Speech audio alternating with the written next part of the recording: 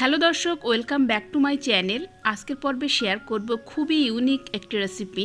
আজ আমি আপনাদের বানিয়ে দেখাবো চিকেন আর মুগ ডাল দিয়ে অসাধারণ স্বাদের একটি রেসিপি।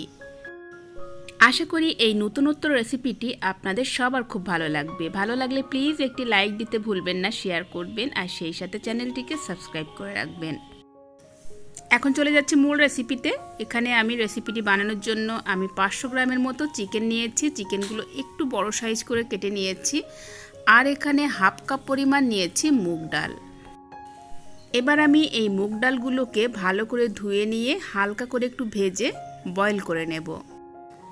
অন্যদিকে আমি কড়াইয়ে দিয়ে দিলাম সরিষার তেল প্রায় 3 টেবিল চামচ পরিমাণ। আর দিয়ে দিচ্ছি গোটা গরম মশলা, তেজপাতা দিয়ে দিলাম কয়েকটা। এবার দিয়ে দিচ্ছি পেঁয়াজ কুচি। মিডিয়াম সাইজের 2টো পেঁয়াজ কুচিয়ে নিয়েছি। এখন পেঁয়াজটাকে হালকা করে ভেজে নেব।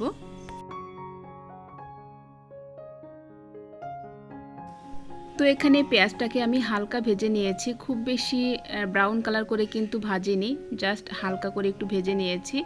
এবার আমি এখানে দিয়ে দেব আদা রসুন বাটা। আমি এখানে প্রায় 1.5 টেবিল চামচ পরিমাণ আদা রসুন বাটা দিয়ে দিলাম। আদা রসুন বাটাটা দিয়ে এখন আবারও 30 সেকেন্ডের মতো ভালো করে মশলাটাকে কষিয়ে নেব।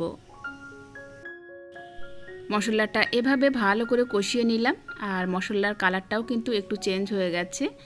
এই পর্যায়ে দিয়ে দেব কিছু গুঁড়ো মশলা। আমি এখানে 1 টেবিল চামচ পরিমাণ কাশ্মীরি লঙ্কা পাউডার, ধনিয়া পাউডার 1 টেবিল চামচ পরিমাণ আর পরিমাণ মতো হলুদের গুঁড়ো দিয়ে দিলাম। দিয়ে ভালো করে মিশিয়ে নেব। এই পর্যায়ে কিন্তু আর বেশিক্ষণ জাল করব না, তা না হলে মশলাটা পুড়ে যাবে, রান্নাটা খেতে কিন্তু ভালো লাগবে না। এখন আমি দিয়ে দিচ্ছি চিকেনগুলো।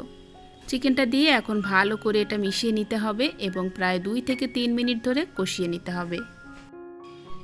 এবার আমি এখানে দিয়ে দিচ্ছি স্বাদ মতো লবণ। তো এখন ভালো করে এটা কষিয়ে নেব। আর চিকেনটা এই পর্যায়ে এমনভাবে কষিয়ে নিতে হবে যাতে চিকেনটা বেশ ভাজা ভাজা একটা পর্যায়ে চলে আসে। তো লো টু মিডিয়ামে রেখে এখন আমি চিকেনটাকে এভাবে নাড়াচাড়া করে নেব। তো আপনারা দেখেই বুঝতে পাচ্ছেন আমি প্রায় 3 থেকে 4 মিনিট ধরে কিন্তু চিকেনটাকে কষিয়ে নিয়েছি। চিকেনটা বেশ একটা ভাজা ভাজা ভাব চলে এসছে। আর এভাবেই কিন্তু চিকেনটা একটু ভাজা ভাজা করে নিতে হবে, তবেই এই রান্নাটা অনেক বেশি সুস্বাদু হবে। চিকেনগুলোও খেতে অনেক টেস্টি লাগবে। তো এখানে চিকেনটা একদম পারফেক্ট কষানো হয়ে গেছে, খুব সুন্দর একটা কালার এসছে। সম্পূর্ণ ইউনিক একটি রেসিপি শেয়ার করলাম। আপনারা চিকেন দিয়ে মুগ ডাল একবার খেয়ে দেখবেন, এভাবে অনেক সুস্বাদু হয় খেতে। তো এখানে চিকেনটা কষা হয়ে গেছে আর এখন আমি দিয়ে দিচ্ছি আগে থেকে বয়েল করে রাখা মুগ ডাল। তো মুগ ডালটা দিয়ে এখন খুব ভালো করে আবারও কষিয়ে নেব প্রায় 1 থেকে 2 মিনিট ধরে। আপনাদেরকে আমি বলে বোঝাতে পারবো না, এই মুহূর্তে এত লোভনীয় একটা ফ্লেভার আসছে চিকেন আর মুগ ডাল থেকে। তো আপনারা বাড়িতে ট্রাই না করলে বুঝতেই পারবেন না এটা কতটা সুস্বাদু।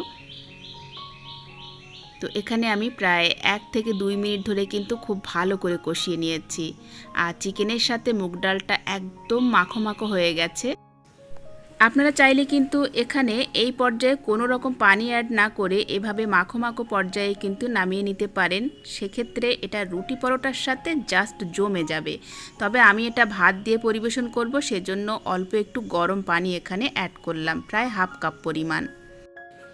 আর পানিটা দেওয়ার পর আবারও মিডিয়াম ফ্লেমে জাল করে নেব 1 থেকে 2 মিনিট ধরে। তো এখানে 1-2 মিনিট আমি ভালো করে জাল করে নিয়েছি। এখন কিন্তু আমাদের চিকেনটা অলমোস্ট রেডি। দারুণ একটা গন্ধ বেরিয়েছে। এই পর্যায়ে আমি দিয়ে দিচ্ছি সামান্য একটু চিনি। একটু মিষ্টি মিষ্টি হলে যেহেতু মুগ ডাল খুব টেস্টি হবে, তবে চাইলে স্কিপ করতে পারেন আপনারা। এরপর দিয়ে দিলাম গরম মশলা পাউডার। সবশেষে দিয়ে দিচ্ছি 1 টেবিল চামচ পরিমাণ গাওয়া ঘি। এটা কিন্তু একেবারেই স্কিপ করবেন না, অবশ্যই দেওয়ার চেষ্টা করবেন। অসাধারণ স্বাদ আসবে আর দারুণ একটা ফ্লেভার আসবে। তো দেখলেন তো বন্ধুরা, মুগ ডাল আর চিকেন দিয়ে কত লোভনীয় স্বাদের একটি রেসিপি তৈরি হয়ে গেল। আর এটা আপনারা গরম ভাত, রুটি, পোলোয়া যার সাথে খুশি আপনারা পরিবেশন করতে পারেন। প্রিয় দর্শক, আজকের রেসিপিটি আপনাদের কাছে কেমন লেগেছে অবশ্যই কিন্তু কমেন্টস করে জানাবেন। আর ভালো লাগলে লাইক করতে ভুলবেন না, শেয়ার করবেন রেসিপিটি বেশি বেশি করে, আর সেই সাথে চ্যানেলটিকে সাবস্ক্রাইব করে রাখবেন।